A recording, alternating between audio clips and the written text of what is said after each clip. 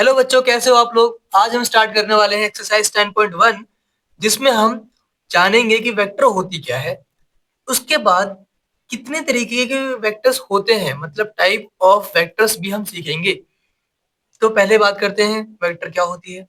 Vector एक quantity है जिसके पास मैग्नीट्यूड भी है, डायरेक्शन भी है। ठीक है, इसका मतलब क्या हुआ, मतलब समझते हैं पहले। मैंने आपसे कहा कि भाई आप 5 किलोमीटर चलो। ठीक है, तो 5 किलोमीटर कैसे चलोगे आप। यहाँ पे मैंने कुछ कहा नहीं कि कहाँ चलना है, तो आप 5 किलोमीटर कहीं पे भी जा सकते हो। कोई ऐसे चल रहा है, कोई ऐसे चल रहा है ना, कोई ऐसे चल रहा है। तो फिक्स नहीं है। क्या फिक्स नहीं है, डायरेक्शन, कहीं पे भी चल लो, बस चलना कितना है, 5 किलोमीटर।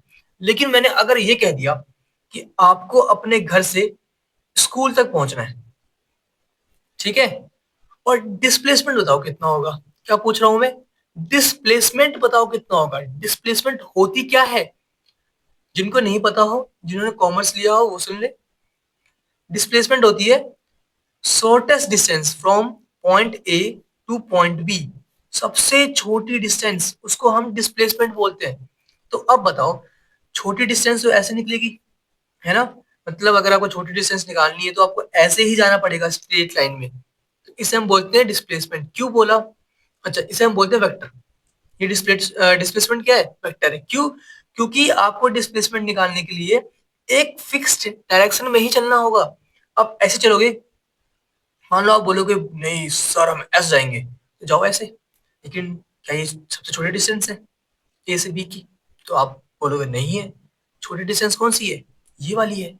तो डिस्प्लेसमेंट क्या होगा, वेक्टर होगा। वेक्टर होता क्या है, मैग्नीट्यूड भी हो, मतलब लेंथ हो, प्लस डायरेक्शन हो कि इसमें ही चलना है आपको, उसे हम क्या बोलते हैं, वेक्टर। ठीक है, इसके बाद वेक्टर दिखता कैसा है, वेक्टर दिखता ऐसा है, एक्स आई कैप प्लस वाई जे कैप प्लस जेड के कैप। अच्छा, एक्स वाई जेड का मतलब क्या हुआ, फिलहाल आप बस यहाँ पे ये देखना, इसको मत देखो। ठीक है, जब हमें टॉपिक पढ़ेंगे तब देखेंगे। फिलहाल एक्स वाई जेड क्या है, ये एक वेक्टर है। ठीक है, ये क्या है, एक वेक्टर। ये पॉइंट मत देखो, ये एक वेक्टर है। ठीक है, ये वेक्टर, ये वेक्टर कितना दूर है, एक्स, ये हमारा एक्स एक्सिस होता है, ये हमारा वाई होता है, ये जेड एक्सिस होता है। ये वेक्टर कितना दूर है हमारा एक्स एक्सिस से, उसे बोलते हैं एक्स आई कैप। ये वेक्टर कितना दूर है हमारा जेड एक्सिस से, इसे बोलते हैं जेड जे कैप। और ये वेक्टर कितना दूर है, ये हमारा वाई हो गया, ये जेड एक्सिस है, तो ये जेड के कैप, ये हमारा वाई एक्सिस होता है।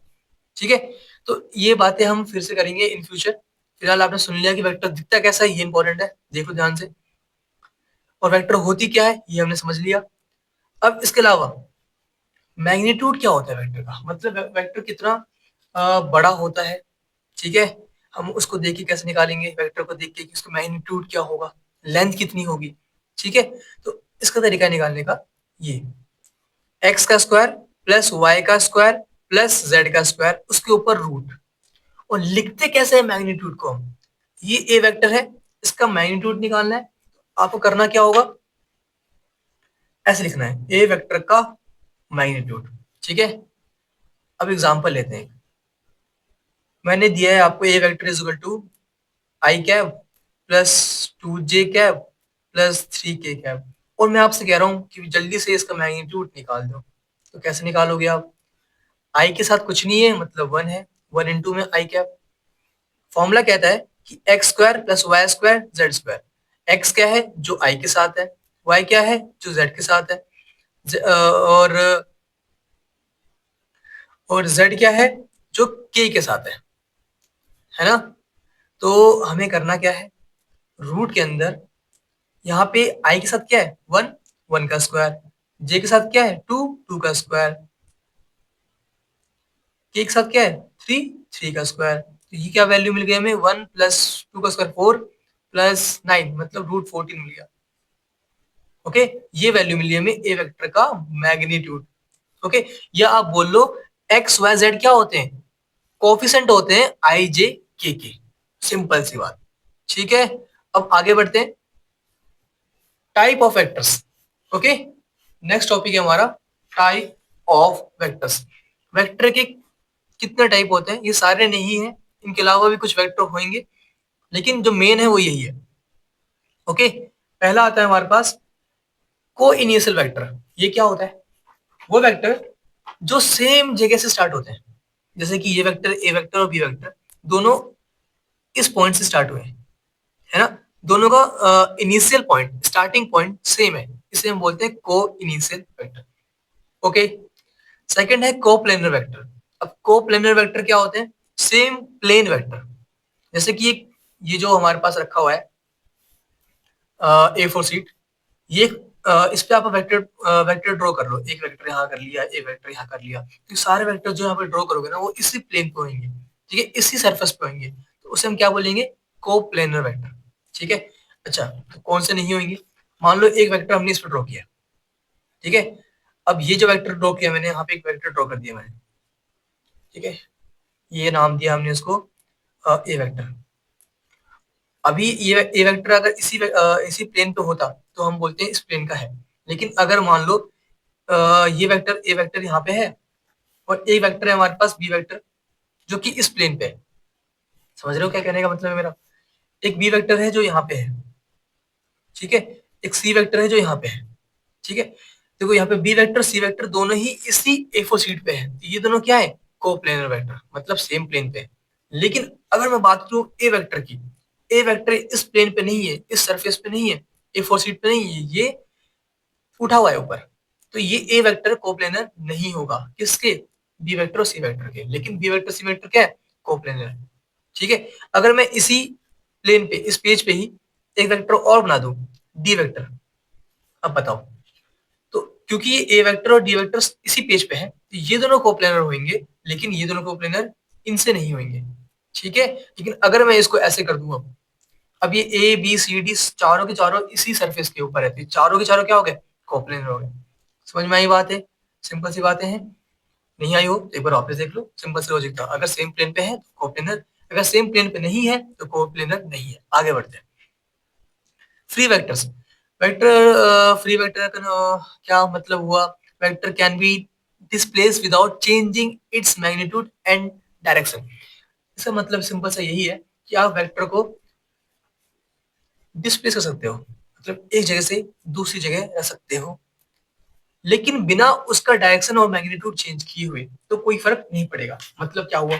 देखो, ये एक ए वेक्टर है हमारे पास, ठीक है, ओके, इसको उठा के मैंने यहाँ रख दिया, ठीक है। अब मैंने क्या किया है, इसका डायरेक्शन क्या था? ऐसे है, टूवर्ड्स दिस, ठीक है, और अभी भी उधर ही है, और ये जितना बड़ा ही पहले था उतना ही बड़ा अभी भी है, मतलब मैग्नीट्यूड भी सेम है और डायरेक्शन भी क्या है? सेम। तो ये क्या होंगे? फ्री वेक्टर्स है, मतलब उठा के यहाँ रख दिया हमने, कुछ फर्क नहीं पड़ेगा। ठीक है।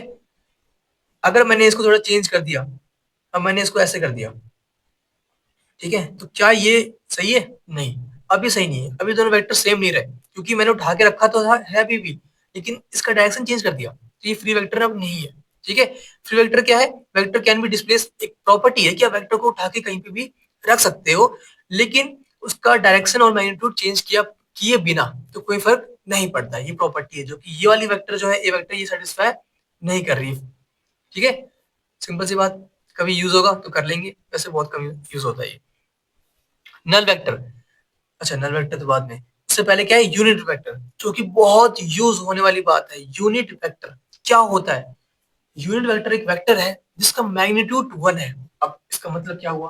अब सुनो मेरी बात, उसके लिए हमें इसकी यूनिट पड़ेगी। देखो, नोट कर लो इन बातों को, काफी काम आने वाली है। यूनिट वेक्टर क्या होता है? A vector with unit length along any vector, A vector is called a unit vector. मतलब अगर वेक्टर की लेंथ 1 यूनिट है तो हम उसे यूनिट वेक्टर बोलते हैं। ठीक है। अब निकालेंगे कैसे? ये बात तो समझ में आ गई होगी, बट कैसे निकालेंगे? कैसे पता करेंगे कि हम ये वेक्टर यूनिट वेक्टर है या नहीं है, या क्वेश्चन आ जाए कि इसका यूनिट वेक्टर निकालो तो कैसे निकालेंगे? अब वो सुनो, ये बात तो समझ में आ गई होगी। यहाँ पे फॉर्मूला लिखा है, ए ऊपर ये डिजाइन बनी हुई है, डिजाइन देखो, इसे बोलते हैं हम ए यूनिट वेक्टर, जो कि इक्वल होता है ए वेक्टर डिवाइड में ए वेक्टर का मैग्नीट्यूड। और मैग्नीट्यूड निकालना हमने सीख रखा है, स्टार्टिंग में हमने बात की थी मैग्नीट्यूड निकालते कैसे हैं, ये रहा, है ना? याद है कैसे निकालते हैं? आई जे के कोफिशिएंट को रूट के अंदर डाल के स्क्वायर कर दो उनका। ओके, ये सीख रखा है हमने। बाकी मैं क्वेश्चन दे रहा हूँ। एक ए वेक्टर है हमारे पास, 2i cap plus 3j cap plus 4k cap, ठीक है। और मैं कह रहा हूँ भाई इसका यूनिट वेक्टर निकालो, तो कैसे लिखेंगे हम? ऐसे लिखेंगे। कैसे निकलेगी वैल्यू इसकी? ए वेक्टर, जो वेक्टर है वो लिख दो, 2i cap plus 3j cap plus 4k cap, और डिवाइड में ए वेक्टर का मैग्नीट्यूड। ये रहा हमारा ए वेक्टर है, इसका मैग्नीट्यूड क्या आएगा? ए वेक्टर का मैग्नीट्यूड निकालूं मैं अगर, तो फॉर्मूला ने कहा था हमसे, फॉर्मूला ने बताया था कि आपको करना क्या है, जो आई के साथ है, जो जे के साथ है, जो के साथ है, या मैं बोल लूं आई जे के का कोफिशिएंट, उसका स्क्वायर निकाल के ऐड कर देना है आपको, है ना? सिर्फ इतना ही करना है। तो फिर जल्दी से कर दो। तो यहाँ पे क्या है, 2 3 4, 2 का स्क्वायर प्लस 3 का स्क्वायर प्लस 4 का स्क्वायर, 2 का स्क्वायर 4 होता है, प्लस 9 प्लस 16, तो ये आ गया 29, है ना? तो इसकी वैल्यू क्या मिली हमें? रूट के अंदर 29। तो डिवाइड कर दो रूट के अंदर 29 से, तो ये आ गया हमारे पास यूनिट वेक्टर। ऐसे निकालते हैं, बस सिंपल सा लॉजिक है। ए वेक्टर डिवाइड में उसका मैग्नीट्यूड, और मैग्नीट्यूड होती क्या है वो हमने स्टार्टिंग में ही सीख लिया। इस पे कई सारे क्वेश्चंस आने वाले हैं अगली एक्सरसाइज में, तो अभी हमने जान लिया, ठीक है। ओके, आगे बढ़ते हैं हम। इसके अलावा कुछ और बातें और है। नल वेक्टर क्या होता है? वो वेक्टर जो स्टार्ट होते ही खत्म हो जाए। लिखा भी होगा, a vector whose initial and terminal points coincide, मतलब सेम होते हैं। जैसे कि एक वेक्टर स्टार्ट हुआ ए से और ए ही पॉइंट पे खत्म हो गया, ठीक है, इसे क्या बोलेंगे हम? को इनिशियल वेक्टर, मतलब जीरो वेक्टर, ठीक है। सॉरी, को इनिशियल बोल रहा हूँ, नल वेक्टर बोलेंगे, या हम बोलेंगे जीरो वेक्टर, ठीक है, जो कि स्टार्ट होता है जहां से वहीं पे खत्म हो जाता है। आगे बढ़ते हैं। नेगेटिव ऑफ द वेक्टर, इसका मतलब क्या हुआ? इसका ये मतलब है कि एक ए वेक्टर है, ये रहा ए वेक्टर हमारे पास, इसका नेगेटिव क्या होगा? माइनस ए वेक्टर, ठीक है। मतलब माइनस से मल्टीप्लाई कर दो, तो इसमें पूरे में माइनस से मल्टीप्लाई कर दो, तो 2i cap minus 3j cap minus 4k cap, ये आ जाएगा, ठीक है। इतना ही है बस negative of the vector. Equal vector क्या होते हैं? वो वेक्टर जिनका मैग्नीट्यूड भी सेम होता है और डायरेक्शन भी सेम होता है, उसे हम इक्वल वेक्टर बोलते हैं। खत्म बात, इतना ही है, ठीक है। टाइप ऑफ वेक्टर पढ़ लिया हमने, अब हम क्वेश्चन करेंगे इसके बाद। ओके, इसमें से एक वेक्टर बच गया हमारा कोलिनियर वेक्टर, जो कि ये होती है, ये हम आने वाले एक्सरसाइज में सीखेंगे, सेकंड एक्सरसाइज में, ठीक है। बस मोटा मोटी जान लो कि two vector are collinear if they are parallel to the same line, ठीक है। इसके अलावा ये बातें कुछ लिखी हैं, कैसे प्रूव करते हैं हम कोलिनियर, ये हम चीजें वापस से देखने वाले हैं, तो बस आप नोट कर लो, इन फ्यूचर हमें यूज देनी है, ठीक है। Okay, question number 1, represent graphically a displacement of 40 kilometre और 30 डिग्री ईस्ट ऑफ नॉर्थ। क्या बोल रहे हैं? ईस्ट किसका? नॉर्थ का। नॉर्थ ये रहा हमारा, इसका ईस्ट किधर है? इधर तो वेस्ट है, इधर ईस्ट है, तो कहा गया है 30 डिग्री ईस्ट किसका? नॉर्थ का। नॉर्थ का ईस्ट इस साइड है, तो ये बनाएंगे हम स्केल से एक, इधर ऐसे करके, ठीक है। और हमें 30 डिग्री कहा गया है, 30 डिग्री लिख दो यहाँ पे। कितना किलोमीटर कहा गया है? 40 किलोमीटर, तो यहाँ पे मैंने ये ड्रॉ किया और 40 किलोमीटर लिख दिया, बस इतना ही था, खत्म। अगर क्वेश्चन में कहा गया होता, अब बात करते हैं, और कुछ गिवन होता तो क्या करते हैं। अगर कहा गया होता 45 डिग्री नॉर्थ ऑफ साउथ, तो हम क्या करते हैं? क्या बोल रहे हैं? 45 डिग्री नॉर्थ, किसका नॉर्थ? साउथ का। साउथ कहाँ पे है? ये रहा। साउथ का नॉर्थ किधर होगा? साउथ का नॉर्थ तो इधर भी इधर भी है, तो ये क्वेश्चन गलत हो गया, थोड़ा चेंज करते हैं इसे अब। 45 degree east of north, east of south, ठीक है। 45 डिग्री चाहिए ईस्ट किसका? साउथ का। साउथ का इधर ईस्ट है, नहीं इधर वेस्ट है, इधर ईस्ट है, तो हमें साउथ का ईस्ट चाहिए, कितना? 45 डिग्री। तब हम क्या करते हैं? ऐसा ड्रॉ करते हैं एक, ठीक है। साउथ का ईस्ट किधर है? इधर है, ये हमने ड्रॉ किया 45 डिग्री, और कितना कहा गया है, 40 किलोमीटर मान लेते कहा गया होता, तो यहाँ पे हम ऐसे करके 40 किलोमीटर लिख देते। ओके, ऐसे ही आप कोई भी क्वेश्चन कर सकते हो, काफी इजी है, सिंपल सी लॉजिक लग रहा है, यहाँ पे कुछ बड़ी बात नहीं है। नेक्स्ट क्वेश्चन पे आते हैं, ठीक है।